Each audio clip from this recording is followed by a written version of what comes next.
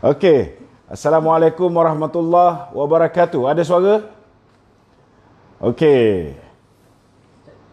Ada Okey. Okey. Saudara, hari ini Alhamdulillah dengan limpah rahmat Allah, Malaysia telah dikurniakan pemerintah yang terdiri daripada raja-raja dan sultan Melayu yang telah membuat keputusan menolak permohonan Perdana Menteri bagi dibubarkan parlimen dan di isytihar darurat pada hari ini. Alhamdulillah, kita tak menyangka bahawa inilah keputusan yang bakal diambil, namun hari ini telah terbukti bahawa raja-raja Melayu sentiasa mengutamakan kepentingan rakyat berbanding daripada menyelamatkan Tengku Perdana Menteri yang hari ini sudah pun kehilangan majoriti. Alhamdulillah tuan-tuan. Ini jelas membuktikan bahawa dalam apa saja tindakan yang dilakukan oleh pihak istana sentiasa memastikan bahawa rakyat akan sentiasa dibela, ekonomi kita akan tetap dijaga, dan insya-Allah keselamatan kita juga menjadi keutamaan para pemerintah negara ini. Jadi tahniah dan syabas kita ucapkan ke bawah duli Yang Maha Mulia Seri Paduka Baginda, Yang di-Pertuan Agong dan Raja-Raja Melayu. Daulat tuanku. Saudara, hari ini Muhyiddin, walaupun permohonan beliau membawa timbalan Perdana Menteri, iaitu Menteri Semburit Azmin Ali. Beliau membawa Menteri Dalam Negeri, iaitu Hamzah Zainuddin. Dia membawa Menteri Aisyad, iaitu Saifuddin Abdullah. Dia membawa seorang lagi menteri. Dan ramai lagi menteri-menteri yang datangnya daripada setiap parti. Dia juga membawa Ketua Polis Negara.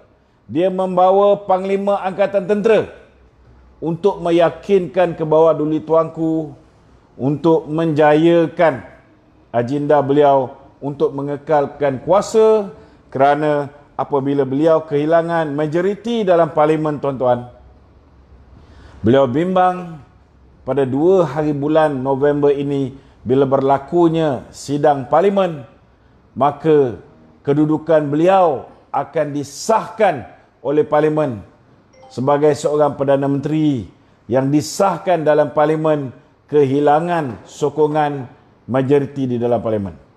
Jadi, untuk mengelakkan benda ini berlaku, untuk mengelakkan pertukaran speaker, untuk mengelakkan daripada belanjawan tidak diluluskan, maka mereka telah merancang untuk saudara membubarkan parlimen dan sekaligus mengisytiharkan darurat. Dan bukan setakat itu, Muhyiddin telah memohon ke bawah duli tuanku, tuan-tuan, supaya diri beliau dilantik sebagai PM interim selama tempoh 6 bulan. Kalau misalnya 6 bulan itu wabak COVID belum diselesaikan ataupun belum dapat diatasi sepenuhnya, maka ianya boleh dilanjutkan sehinggalah akhirnya, tuan-tuan, demokrasi terkubur, perlembagaan sudah pasti akan terkubur. Sebaik saja pengisytiharan darurat, maka saudara yang akan jadi mangsa hilangnya hak rakyat, kebebasan bersuara, hak rakyat sebagai warga negara untuk memilih kerajaan secara demokrasi. Saudara, semua itu akan terhapus dengan kewujudan darurat ataupun menggeran atau apa juga nama yang nak dipanggil oleh Muhyiddin Yassin. Jadi hari ini alhamdulillah, tuan-tuan, kita patut bersyukur kerana ini kali pertama tuan-tuan, apabila seorang Perdana Menteri membawa sesuatu perkara untuk diluluskan oleh ketua negara. Ini kali pertama tuan-tuan, apa yang dipohon tidak diluluskan. Alhamdulillah, rakyat Malaysia telah diselamatkan oleh ke bawah duli Raja-Raja Melayu. Syabas. Dan hari ini saya bersama dengan sahabat-sahabat wartawan yang hadir pada malam ni. Mereka akan bertanya soalan, dan tuan-tuan di rumah juga boleh bertanyakan soalan. kita silakan sebarang soalan bolehlah ditulis di dalam ruangan komen dan sahabat-sahabat ini juga akan menanti untuk membacakannya. Silakan. Itu dengan episod yang berlaku sejak semalam Istana Kuantan, lepas tu hari ini di Istana Negara. Adakah ini bermakna berlaku manipulasi kepada institusi diraja diheret ke kancah politik? Sebab ini pun kali pertama juga. Ini merupakan kali pertama seorang Perdana Menteri yang sudah pun kehilangan majoriti di dalam parlimen cuba nak meminta nyawa dengan seorang ketua negara, iaitu Yang di-Pertuan Agong. Tak pernah dalam sejarah seorang Perdana Menteri yang dah hilang majoriti dalam parlimen masih lagi nak menongkat langit, masih lagi nak mengekalkan kuasanya dan sanggup mendedahkan ke bawah duli tuanku berada di dalam satu keadaan yang akhirnya baginda akan dilihat menyelamatkan nyawa seorang Perdana Menteri ini dengan mewujudkan satu undang-undang dengan pengisytiharan darurat yang akhirnya akan menguntungkan si Perdana Menteri ini untuk terus kekal berkuasa. Pada hakikat dan realitinya, kita mempunyai banyak kaedah-kaedah lain untuk menangani soal COVID, kan? Dan seperti mana yang tuan-tuan maklum bahawa kita semasa zaman pemerintahan Datuk Seri Najib juga sudah meluluskan Akta Majlis Keselamatan Negara, Akta 766, kan? Dan ianya boleh diguna pakai, ianya boleh diguna pakai untuk mengatasi masalah COVID ni. Dan kalau kita lihat dari segi pelaksanaan proses-proses menangani COVID ini, di dalam PKP yang pertama itu, apa yang dilakukan jauh lebih ketat berbanding dengan sekarang.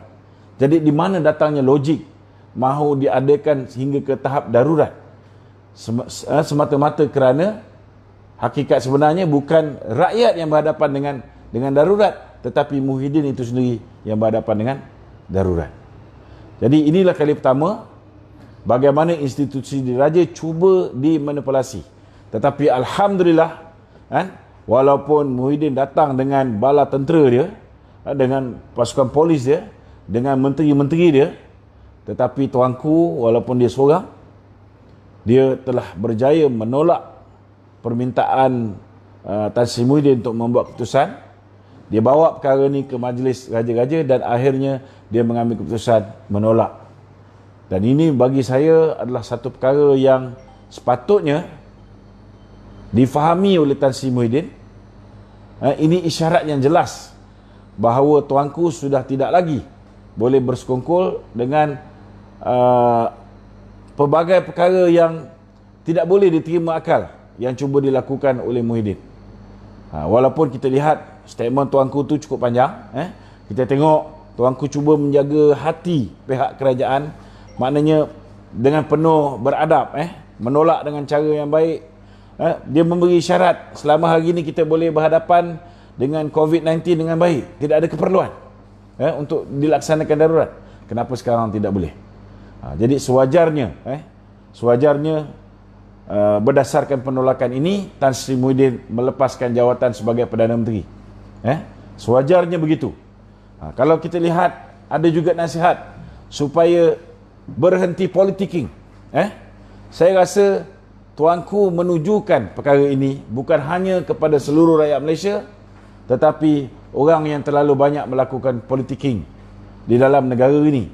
Walaupun diberi mandat, dia ada kerajaan, dia ada jumlah kursi yang kecil, diberi mandat oleh UMNO yang mempunyai kursi yang besar, jumlah kursi yang besar sebagai Perdana Menteri. Tetapi sepanjang tempoh menjadi Perdana Menteri, beliau tak pernah berhenti daripada menganiaya kepimpinan UMNO, tidak pernah berhenti daripada gagal untuk berlaku adil kepada kepimpinan UMNO, kepimpinan PAS, tidak pernah berhenti daripada membuli rakan-rakan kongsi di dalam satu pasukan yang akhirnya menyebabkan pihak UMNO berasa tidak puas hati, berasa teraniaya, berasa diperkotak-katikkan dan akhirnya memberikan kata dua. Jadi ini yang menyebabkan akhirnya berlaku suasana tidak tidak stabil di dalam kerajaan. Dan sudah pasti sekiranya fitnah tidak dilemparkan ke atas Barisan Nasional dulu, kita akan ada sebuah kerajaan yang kukuh, sebuah kerajaan yang hampir mempunyai 2/3 majoriti. Jika kita mempunyai kerajaan yang kukuh, kalau tanpa fitnah-fitnah yang dilakukan oleh Pakatan Harapan, termasuk Tan Sri Muhyiddin sendiri, sudah pastilah rakyat negara ini tidak akan mempunyai sebuah kerajaan yang hanya menang dengan majoriti tipis. Di peringkat awal, PH menang, di mana komposisi ahli parlimen di dalam kerajaan itu yang bukan Islam lebih daripada yang Islam, yang menyebabkan akhirnya berlakunya penindasan terhadap agama Islam, terhadap hak istimewa orang Melayu, terhadap bahasa Melayu, terhadap kedudukan Raja-Raja Melayu. Sehingga akhirnya bila kemarahan rakyat, khususnya golongan Bumiputera ini memuncak ke atas DAP, akhirnya kerajaan ini telah ditumbangkan. Mereka yang berada di dalam bersatu di dalam kerajaan PH sendiri akhirnya mengkhianati kawan-kawan dia dan menubuhkan kerajaan bersama dengan UMNO. Dan itu sebabnya di peringkat awal saya menolak kerjasama dengan Mahathir ini. Kerana apabila kita mewujudkan satu kerajaan, dalam kerajaan itu walaupun majoritinya terdiri daripada MP-MP UMNO, tetapi bila minoriti diangkat menjadi pemimpin, menjadi Perdana Menteri, maka minoriti ini sudah pasti akan berusaha untuk menguatkan parti dia. Bila dia cuba menguatkan parti dia, dia akan melakukan tindakan-tindakan yang tidak munasabah, tindakan-tindakan yang akhirnya akan menyebabkan yang majoriti ini akan rasa tidak berpuas hati. Ini pengalaman yang sepatutnya kita jadikan pengajaran. Bukan hanya kepada kerajaan, tetapi rakyat Malaysia. Rakyat Malaysia. Akibat daripada mendengar fitnah-fitnah yang dilontarkan oleh Pakatan Harapan dulu, anda telah mengambil keputusan untuk memilih sebuah kerajaan, iaitu Pakatan Harapan. Walaupun khususnya pengundi Melayu yang menyokong hanya sekitar 25%. Tetapi akibat semangat nak mencuba ini, akibat semangat nak cuba kelainan, maka akhirnya kelainan ini telah membawa padah. Bukan hanya membawa padah pada tuan-tuan, tetapi juga membawa padah kepada mereka yang setia kepada kerajaan Barisan Nasional dulu.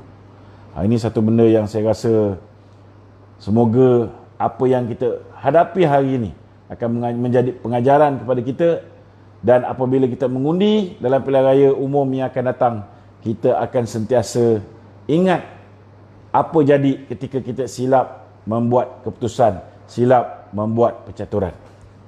Okey, tu berdasarkan itu, mungkin Datuk ada jangkaan lain, apa yang akan berlaku kepada kerajaan dan apa yang akan berlaku selepas ni. Kita tahu ada sidang parlimen, ada bajet, jangkaan yang akan berlaku. Saya menjangkakan, walaupun kita tengok baginda tuanku meminta supaya belanjawan ini diluluskan, tetapi hakikat dan realiti dia, luka ahli-ahli parlimen daripada UMNO sendiri sudah tidak dapat dibendung. Begitu juga dengan rakan-rakan yang ditikam oleh Muhyiddin untuk menjadi Perdana Menteri. Beliau telah menikam bekas Perdana Menteri, iaitu Tun Dr. Mahathir.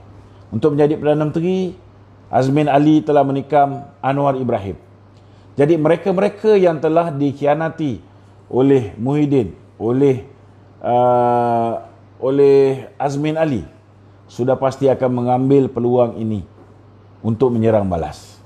Jadi walaupun nasihat tuanku tu cukup baik, kita patut sokong belanjawan ini.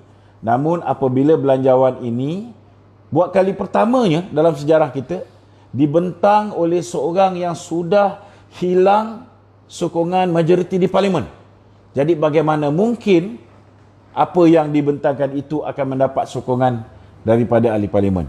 Jadi saya hampir pasti bahawa kalaupun cadangan yang mungkin dibuat oleh pihak pembangkang bagi menukar speaker Dewan Negara gagal, tetapi kedua-dua belah pihak. Setengah pihak di dalam UMNO, setengah pihak juga ada berada di dalam Bersatu yang kecewa dengan Muhyiddin Yassin yang begitu lemah. Ada setengah-setengah pihak, hampir kesemua daripada Pakatan Harapan akan memastikan belanjawan yang akan dibentangkan oleh Muhyiddin Yassin ini akan gagal dan tidak diluluskan. Itu sebabnya sebagai seorang yang bermaruah, kalau Muhyiddin meletakkan kepentingan negara ini mengatasi kepentingan peribadi dia, maka jangan cipta sejarah sebagai Perdana Menteri pertama yang gagal meluluskan belanjawan. Dia kena mengambil pendekatan yang terhormat, letakkan jawatan dan serahkan kepada budi bicara tuanku untuk memutuskan. Okey, Dato', untuk 6 hari bulan November nanti pembentangan bajet. Sekiranya pembentangan bajet ni tidak mendapat sokongan daripada Dewan Rakyat. So apa yang berlaku pada kerajaan sekarang? Okey. Sebenarnya sekiranya belanjawan sesebuah negara itu tidak mendapat sokongan daripada ahli-ahli parlimen, maka itu adalah isyarat jelas bahawa Perdana Menteri telah pun kehilangan majoriti di parlimen. Jadi pada ketika itu baginda tuanku berhak untuk mengambil keputusan untuk memanggil ahli parlimen. Pertamanya mungkin dia boleh panggil ahli parlimen untuk memilih seorang Perdana Menteri baru, atau keduanya baginda boleh membuat keputusan untuk melaksanakan apa yang dipanggil sebagai pembubaran parlimen. Dan bila parlimen dibubarkan, ikut Perlembagaan Malaysia, dalam tempoh 60 hari kita perlu mengadakan pilihan raya. Jadi tidak mustahil juga bagi mengelakkan pilihan raya yang kita dah tahu bila kita laksanakan pilihan raya di Sabah, ianya akhirnya membawa kepada penularan wabak COVID-19. Jadi pada ketika itu tidak mustahil cadangan untuk diadakan darurat ini mungkin akan dipertimbangkan semula. Ataupun kaedah kedua, dia baginda tuanku boleh melantik seorang Perdana Menteri interim sementara menunggu wabak COVID ini selesai. Cuma kalau Perdana Menteri interim dilantik tanpa darurat,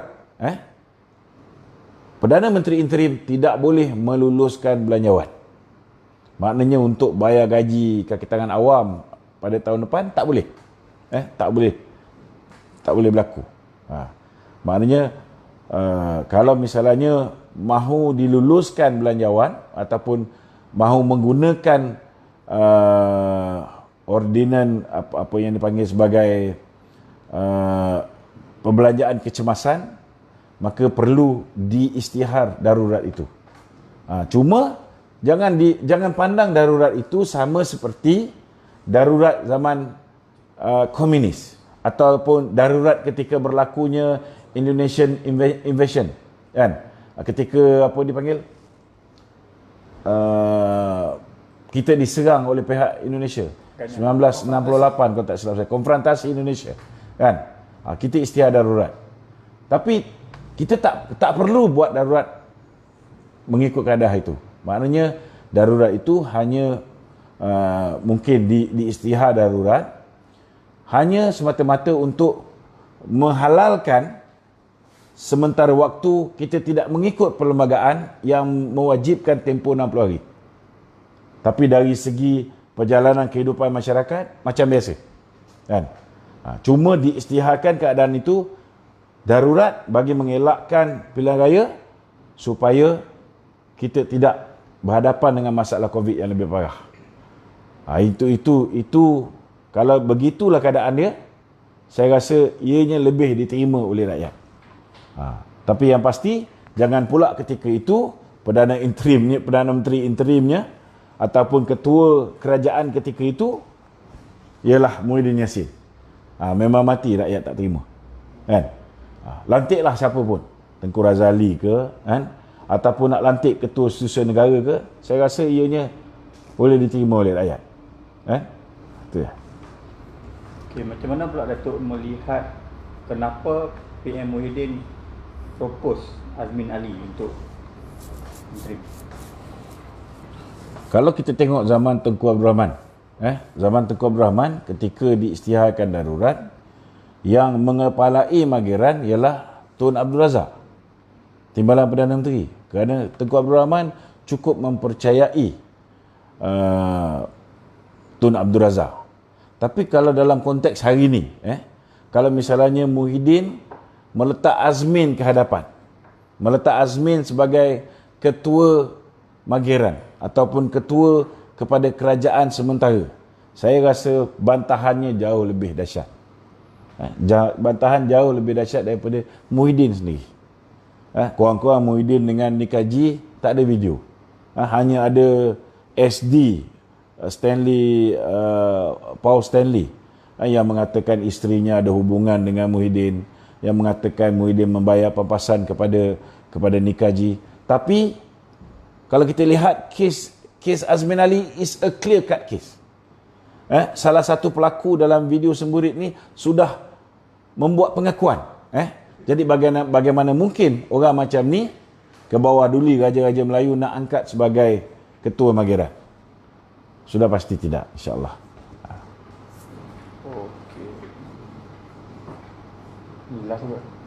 Okey, satu lagi soalan. Dengan perkembangan yang berlaku ni, macam mana Datuk melihat strategi parti-parti pula? Sebab sebelum saja daripada ni, dalam 2 minggu lepas kita tengok Anwar punya motion kan, lepas tu UMNO dan juga ni dari segi pertimbangan kepada Perikatan Nasional dan sebagainya, dengan PAS pula maintain dengan Perikatan Nasional. Dari segi parti-parti ni, dari segi saya rasa inilah masa yang paling baik untuk UMNO dan PAS memperkukuhkan kedudukan mereka. Tetapi bukan memperkukuhkan kedudukan mereka untuk menjatuhkan sesiapa.